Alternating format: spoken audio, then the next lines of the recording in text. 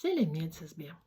Здравствуйте, меня зовут Ажар, и мы продолжаем с вами запоминать казахские слова. В каждом видео я демонстрирую способ, как это сделать быстро, легко и эффективно, так, чтобы вы это слово запомнили навсегда.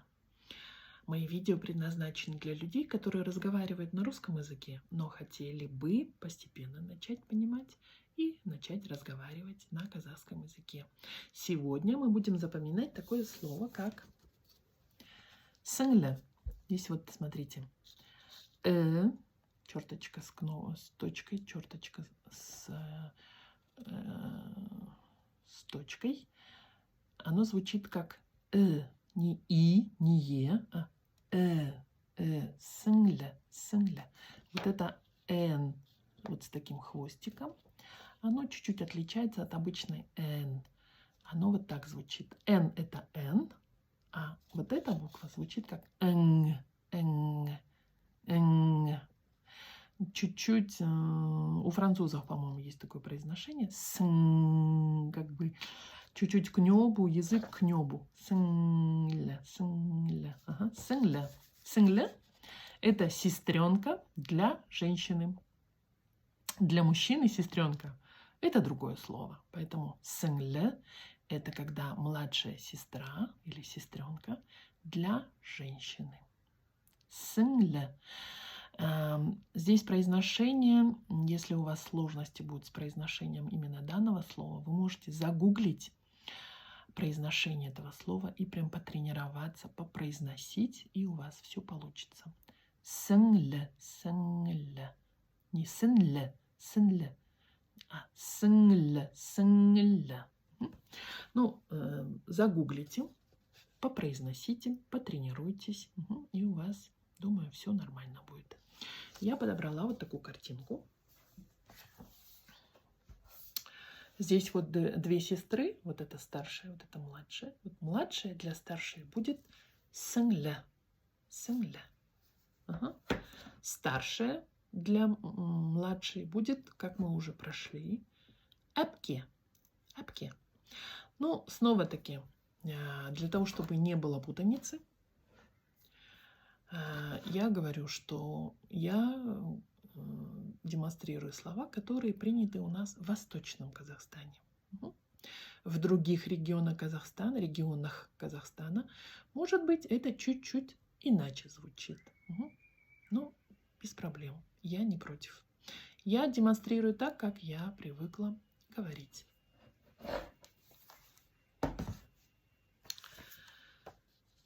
Сіңлі – это сестренка, младшая сестра для женщины.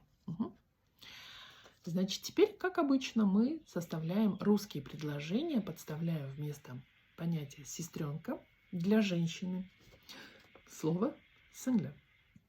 У меня лично нету сіңлі. У моей старшей сестры, у моей әпке сіңлі – это я. У нас,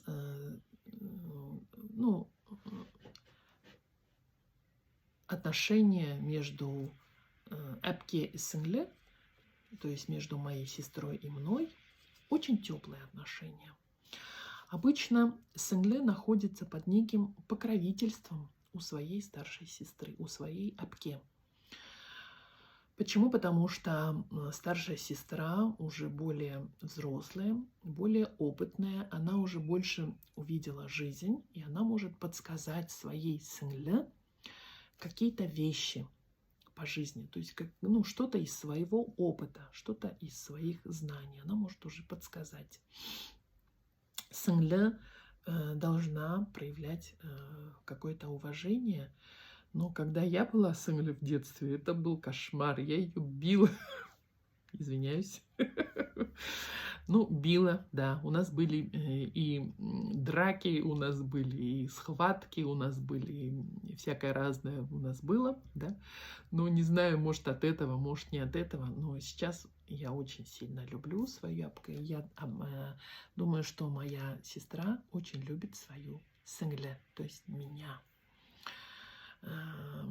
Думаю, что әпке сіңлі, у казахов это говорят Апалы сіңлі. Ага, апалы сіңлі.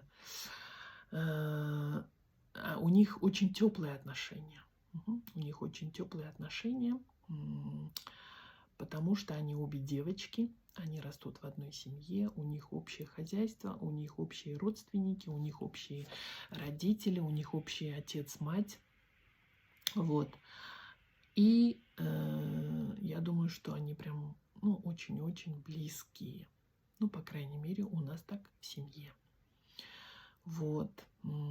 Когда кто-то говорит, там, моя сіңлі, я сразу понимаю, что это девочка, что это младшая девочка. Интересно, что действительно для каждого отдельного родственника у казахов свое отдельное слово, прям отдельное слово. И благодаря этому, наверное, как-то сразу понятно становится, кто есть кто, какую родственную связь человек пытается описать. Вот таким образом составляйте предложения со словом «сіңлі» до тех пор, свои собственные предложения, полноценные предложения, до тех пор, пока вы не запомните это слово. Это слово прям встроится в вашу память, вы его не забудете и сможете применять его с легкостью. Не в будущем, а прямо в настоящем, надеюсь. Прямо применяйте это слово, прямо используйте все слова, которые вы уже запомнили, используйте. И с каждым разом, с каждым использованием вы прям будете чувствовать, что ваша уверенность растет, растет, растет, растет. И мы идем к вершине горы. Мы идем, мы делаем шаги по отношению к тому, чтобы подняться на гору.